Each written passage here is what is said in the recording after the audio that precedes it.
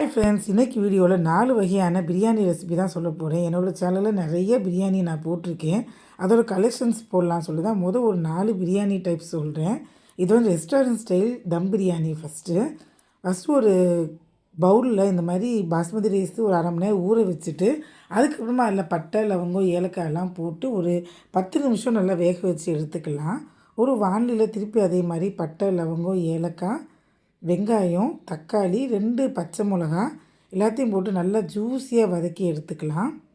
அப்புறம் கொஞ்சம் கொத்தமல்லி, புதினா போட்டுட்டு, ஒரு கப்பில் 1 spoon மிளகாப்பொடி, 1 spoon garam masala, 1 spoon தனியா பவுடர், 1 ஸ்பூன்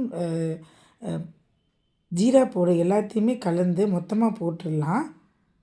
அப்புறம் கொஞ்சம் தயிர் விட்டுக்கோங்க.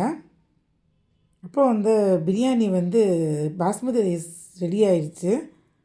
ஃபஸ்ட்டு கொஞ்சமாக ஒரு லேயர் இதை எடுத்துக்கலாம். அந்த கிரேவி எடுத்துகிட்டு அதில் பாஸ்மதி ரைஸ் போட்டு திருப்பி இன்னும் ஒரு லேயர் அந்த கிரேவியை போட்டு அப்படி லேயர் பை லேயராக ஒன்று ஒன்றா போட்டுடலாம்.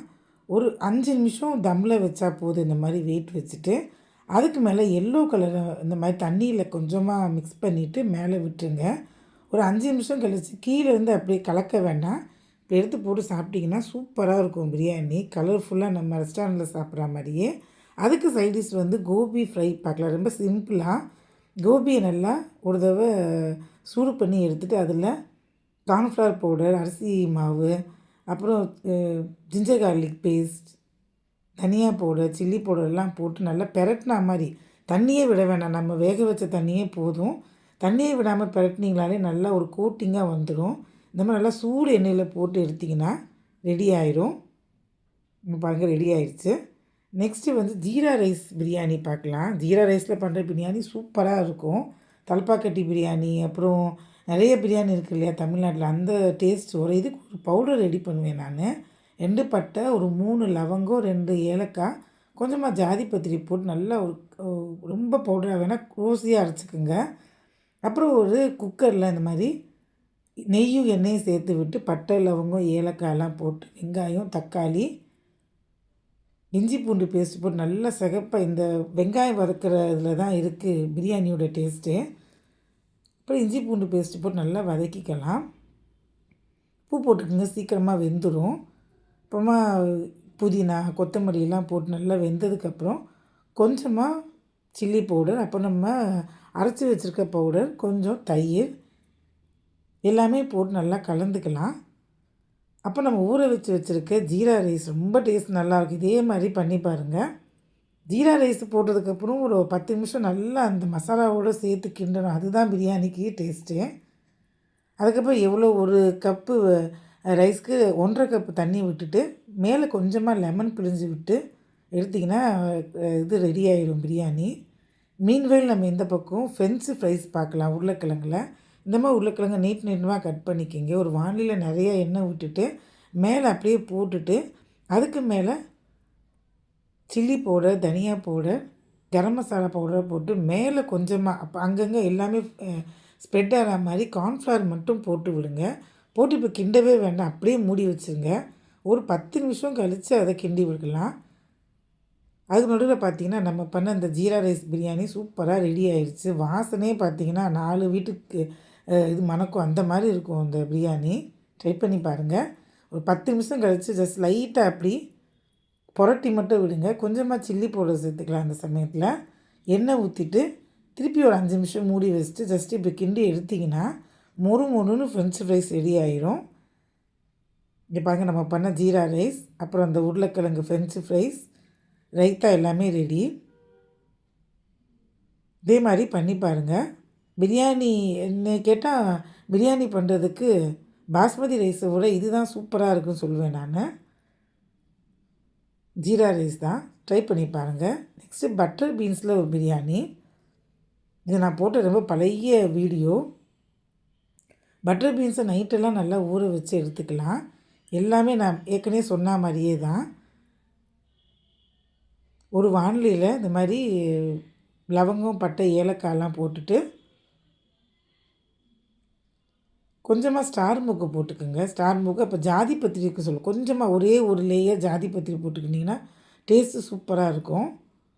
வதக்கிட்டு அதே மாதிரி தக்காளி, இஞ்சி பூண்டு பேஸ்ட்டு, புதினா, கொத்தமல்லி எல்லாம் போட்டு நல்லா வதக்கிட்டு தக்காளியும் போட்டுங்க. ஜூஸி ஆனதுக்கப்புறம் கொஞ்சமாக மிளகா பொடி, தனியா பொடி, கரம் மசாலா பவுடர், கொஞ்சமாக இதில் வந்து நான் பிரியாணி மசாலாவும் போட்டிருப்பேன். வேணுன்னா போட்டுக்கலாம். நீங்கள் ஒரு ஸ்பூன் போட்டுக்கங்க, டேஸ்ட் நல்லாயிருக்கும். அந்த சமயத்தில் கரம் மசாலாவை கொஞ்சம் குறைச்சிக்கங்க, அவ்வளோதான். தயிர் ஊற்றிக்கங்க. நல்லா ஜூஸியாக ஆனதுக்கப்புறம் எண்ணெய் பிரிஞ்சு வரும். இந்த வதக்கிறது தான் ரொம்பவே முக்கியம். அந்த சமயத்தில் நம்ம ஊற வச்சுருக்கல அந்த பீன்ஸ், அதை வந்து வேக வைக்க வேணாம். ஜஸ்ட்டு ஊற வச்சு ஓவர் நைட் பண்ணாலே போதும். அதையும் போட்டு அப்போ ஊற வச்சுருக்கிற ஜீரா ரைஸையும் போட்டு நல்லா வதக்கிட்டு, அதுக்கப்புறம் 1 கப்புக்கு 1 1/2 கப் தண்ணி ஊற்றி வைங்க. ஒரு 2 விசில் வச்சா போதும். சூப்பரான பட்டர் பீன்ஸ் பிரியாணி ரெடி ஆயிடுச்சு. அதுக்கு சைடிஷ் பார்க்கலாம். ஆலு ஃப்ரை. இந்த மாதிரி பேபி பொட்டேட்டோவை வேக வச்சு தோல் உரித்து எடுத்துக்கலாம். ஒரு வாணலியில் கடுகு, உளுத்தம்பருப்பு, கடலைப்பருப்பு, பெருங்காயெல்லாம் போட்டு தாளிச்சிட்டு இதையும் போட்டு நல்லா வதக்கிடுங்க. உருளைக்கிழங்கையும். பிரியாணி ஆகிட்டுருக்கு, ஆகட்டும். போட்டு நல்லா வதக்கி எடுத்ததுக்கப்புறம் கொஞ்சமாக சில்லி பவுடர், தனியா பவுடர், மஞ்சள் பொடி மட்டும் போட்டால் போதும். வேறு எதுவும் பெருசாக இதுக்கு மசாலாலாம் போடணுன்லாம் கிடையாது. உப்பும் போட்டு நல்லா அப்படி புரட்டி விட்டுட்டு ஒரு 5 நிமிஷம் மூடி வச்சுருங்க. நல்லா அந்த மசாலாலாம் சேர்ந்ததுக்கப்புறம் கடைசியாக என்ன பண்ணணும், ஒரு 2 ஸ்பூனு கடலை மாவு பேசன் இருக்கு இல்லையா, அதை மேலாப்பில் தூவி விடுங்க. தூவிட்டு கிளறக்கூடாது, அப்படியே மூடி வச்சுருங்க. ஒரு 5 நிமிஷம் கழிச்சிட்டக்கப்புறம் கிளறணும். மொறுன்னு கிறிஸ்பியாக சூப்பரான ஆலு ஃப்ரை ரெடி ஆயிடுச்சு. பட்டர் பீன்ஸ் பிரியாணிக்கும் இந்த ஆலு ஃப்ரைக்கும் காம்பினேஷன் சூப்பராக இருக்கும். இங்கே பாருங்கள், பட்டர் பீன்ஸ் பிரியாணி ரெடி ஆயிடுச்சு. பீன்ஸ் பாருங்கள் கரெக்டாக வெந்திருக்கு. பொலன்னு சூப்பராக இருக்குது பாருங்கள். ஸோ இப்போ பிளேட்டிங் பண்ணிடலாமா? இதுவும் நல்லா மொறுன்னு ரெடி ஆயிடுச்சு. ஃபஸ்ட்டு பட்டர் பீன்ஸ் பிரியாணி, அதுக்கு சைடிஷ் வந்து ஆலு ஃப்ரை, கொஞ்சமாக கர்ட் ரைஸ், கொஞ்சமாக ரைத்தா. ஸோ ரெடி ஆயிடுச்சு. என்னோடய வீடியோ டெய்லி பார்க்குறவங்களுக்கு தெரியும், நான் டெய்லி என்னோடய சமையல் வீடியோ போட்டுக்கிட்டு இருக்கேன்.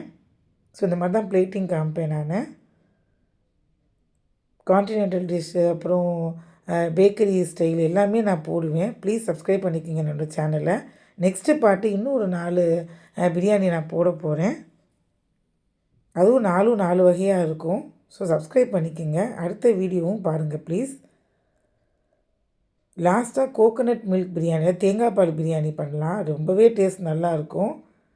இந்த வீட்டில் லீவு நாளில் பண்ணி சாப்பிடுங்க. இல்லைன்னு சாப்பிட்டதுக்கப்புறம் நல்லாவே தூக்கம் வரும்.